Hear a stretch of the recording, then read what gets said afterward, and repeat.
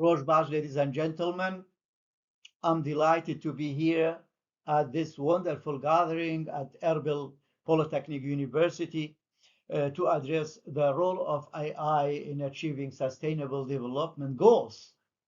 I would like to extend my gratitude to the organizers, Dr. Hussein, Dr. Ranz, Dr. Idris Harki, for inviting me as a plenary speaker to address such al-wujuh tayyiba. Today, I will share insights into how AI is being utilized to tackle some of the most pressing challenges of our time, particularly climate change and sustainable development. A few years ago, a technician from Karlsruhe University in Germany, Karlsruhe Hochschule, Mr. Hans, visited us at Salahuddin University to run a course on PLC for our technicians. One morning, as I was picking him up from his hotel, he mentioned how hot it had been the previous night. I asked him why he didn't use the air conditioning in the room. He said that he did have AC, but chose not to use it because of the heat emission and pollution it contributes to the environment. I was shocked, especially since I had used 3 AC units in my home that night. This experience made me realize that sustainability isn't just about advanced technology, it's a cultural mindset. Since then, I have undertaken systematic efforts to raise sustainability awareness both within and outside the university. First, I established the Erbil Forum for Sustainability in collaboration with the Center for Rebuilding Sustainable Communities after disasters at the University of Massachusetts in Boston. Under the direction of the Professor Adderneil, and also with the partnership with Dr. Ushiar from Canadian University in Dubai, the Oslo School of Architecture, Dr. Hussein Mushattad in the University of Wolverhampton, and Salahuddin University, of course. Here's Professor Adderneil in Moscow, Taykhana in Moscow, in Erbil. I invited him to Erbil to first to discuss the initiative and to show him that the place deserves such as an initiative.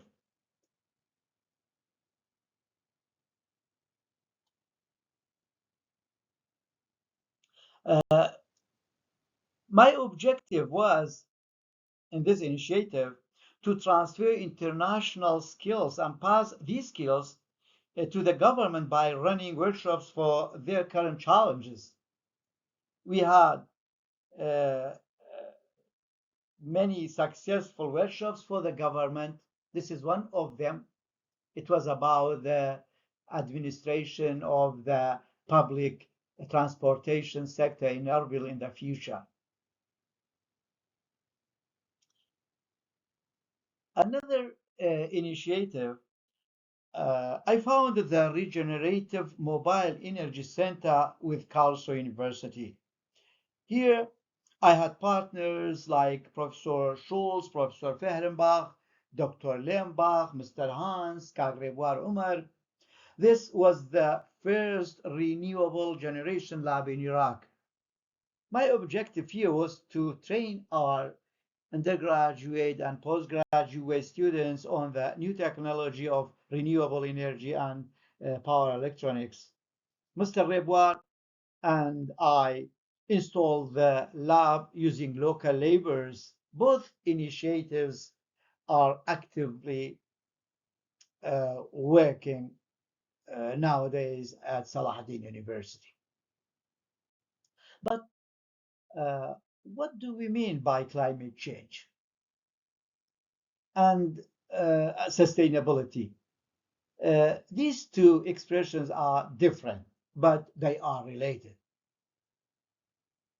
Climate change, as you see in the definition, refers to long-term shifts in temperature and weather patterns, primarily caused by human activities such as burning fossil fuels, deforestation, and industrial processes, leading to increased level of greenhouse gases in the atmosphere. In the other side, sustainability is the practice of meeting present needs without compromising the ability of future generations to meet their own needs. By balancing environmental, economic, and social considerations and taking these factors into account to achieve the goal of sustainability. This concept, as popularized in the 1987 Brundtland Report, I think, emphasizes responsible development that safeguards resources for the future. In fact, the idea of sustainability has roots that go back even further. There is a book written in the 19th century titled Man and Nature, uh, I think by George Marsh, which warned about the consequences of human actions on the environment. This early work highlighted the need for responsible resource management, laying the groundwork for our modern understanding of sustainability. In the Brundtland Commission's report in 1987, the standard definition for sustainability was set. This definition, which I mentioned earlier in the previous slide, has been a guiding principle for sustainable development key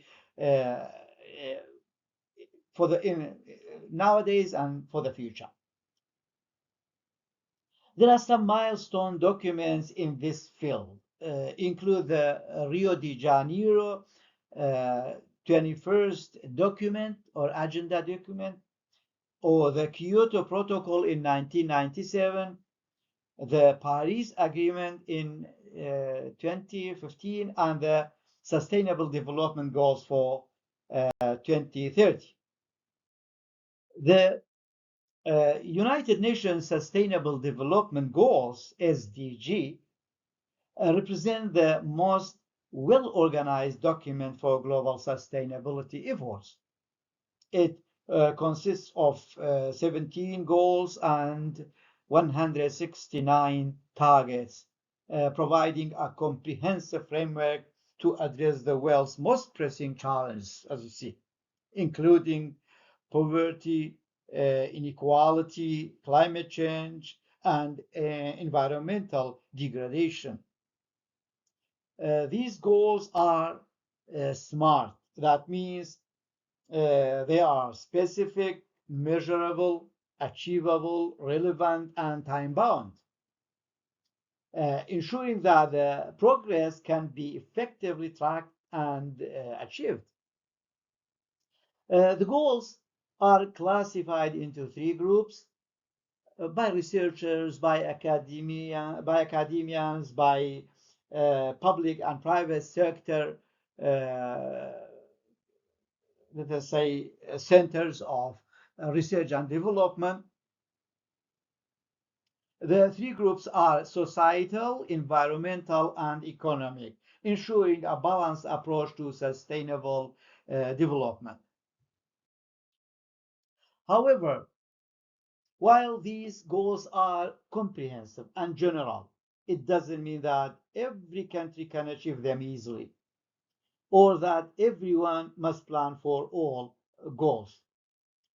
Simultaneously, there are priorities, and each country and region must set its own priorities based on its unique circumstances and needs. This flexibility allows for a more tailored approach to sustainable development, ensuring that each nation can focus on the goals most relevant to its context while contributing to the global effort, for sure. Fortunately, Iraq and for sure Kurdistan too, doesn't face a significant hunger problem.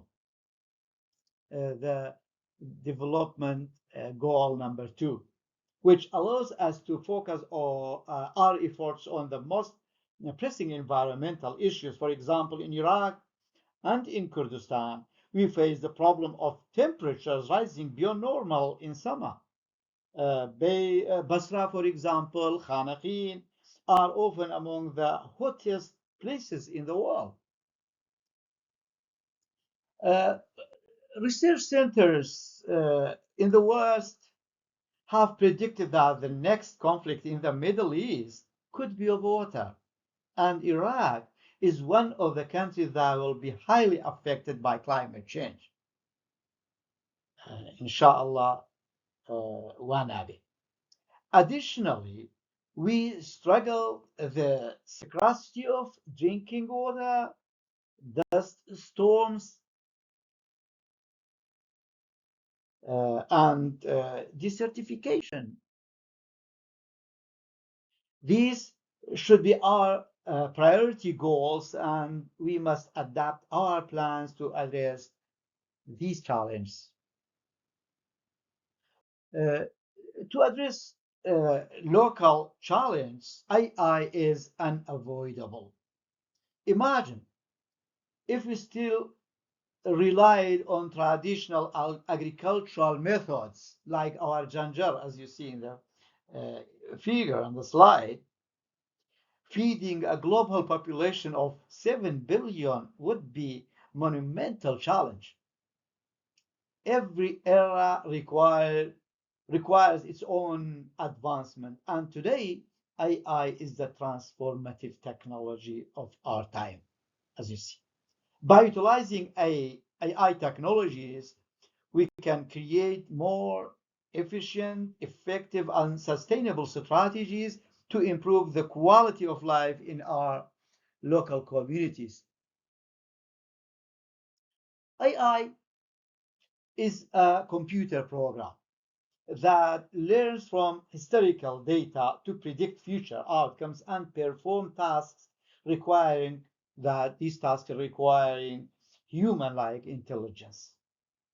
For example, look at the blocks here. If we know the CO2 emission of many vehicles in the city, we can use this data to build a model called an AI model, which learns from the historical data, the known CO2 data. Now, we can use this model to predict future emissions for unknown data, like the blue car. This branch of AI is called machine learning. However, an AI model is only as good as the quality of the historical data it learns from. Therefore, collecting accurate and comprehensive data is crucial for the successful application of AI in solving sustainable challenges. But in what specific way can AI help meet the sustainable development goals? For me, I believe in entrepreneurship and startups a lot. Here we have an example from the World Economic Forum in Davos. They established a website called Uplink, and the link is here, where entrepreneurs around the world can send videos and solutions for sustainability problems in their communities. The Davos Forum links these entrepreneurs with investors and donors. This platform is open to all and helps many societies secure funds and support. This website itself uses AI too, and most of the solutions suggested recently were based on AI. Here, uh, I do not want to talk about each goal in detail, as you can explore them via the related websites, but I have provided the links in my presentations, and I will share the presentation with you. If you would like To know more about these issues, you can just navigate these websites and these links to see what's going on in the sector.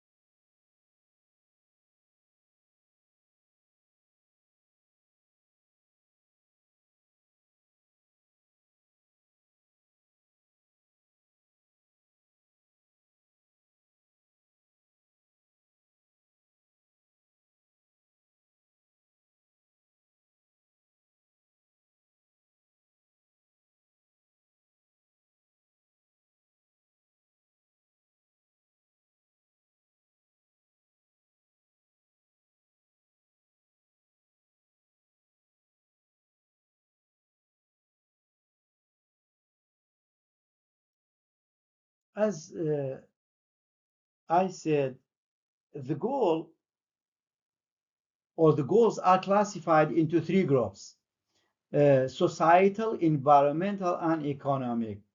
Uh, I have some success stories and case studies. I would like to share them with you. For societal outcomes,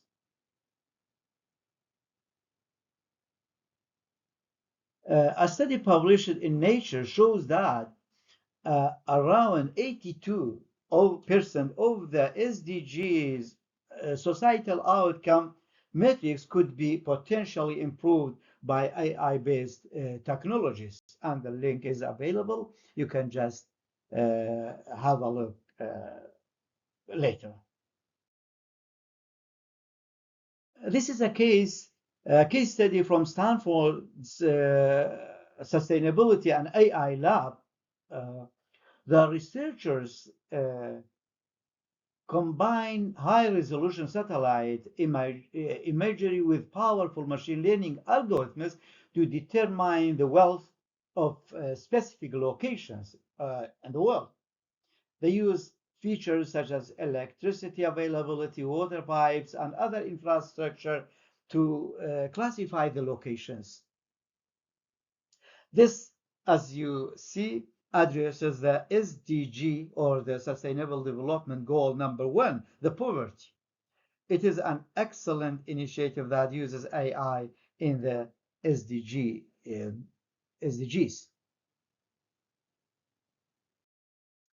Uh, Another case shows how AI can help with monitoring illegal fishing.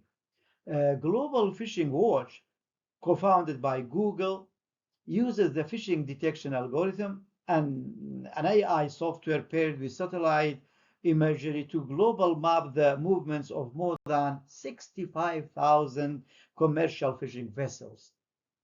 This algorithm can be adapted to different regions and addresses SDG 14, life below water. In the economic outcomes, uh, we have an initiative like AI-assisted precision agriculture. The food industry has increasingly turned to AI to boost efficiency in meeting food demands. According to Microsoft, AI can enhance agricultural productivity by up to 70%, addressing SDG number 12, responsible consumption and production. Uh, in many cases, plans to achieve an individual goal positively affect other goals. For instance, the smart city approach, it addresses goals number 7, affordable clean energy, goal number 11, sustainable cities and communities, and goal number 13, climate action. Smart cities encompass elements like smart traffic lights that reduce travel time and idling, smart cooling systems that reduce energy usage in data centers, and many more items with smart city context. I would like to conclude my presentation with these 2 points. First, failing to implement sustainable development goals and control climate change would not result in humanity's extinction for sure, but by 2050 it will force over 1 billion people to relocate due to uninhabitable environments. We must address these challenges urgently and take our situation seriously. In Iraq and Kurdistan, the Tigris and Euphrates are our generation's responsibility to save. These rivers have inspired countless songs, epics, and poems. I remember Sherko Bekas during his exile in 1975 in Heat, where the Euphrates was his source of solace and mentioned in many of his poems. The Tigris and Euphrates feed 80% of Iraq's population. Can anyone imagine what would happen to Iraq without Dijla and Furat? Second, AI is a powerful tool for predicting the future, provided we have accurate and sufficient data. So let's start by collecting accurate and sufficient data from now. It has been wonderful to have you in my session. I really enjoyed it. Thank you.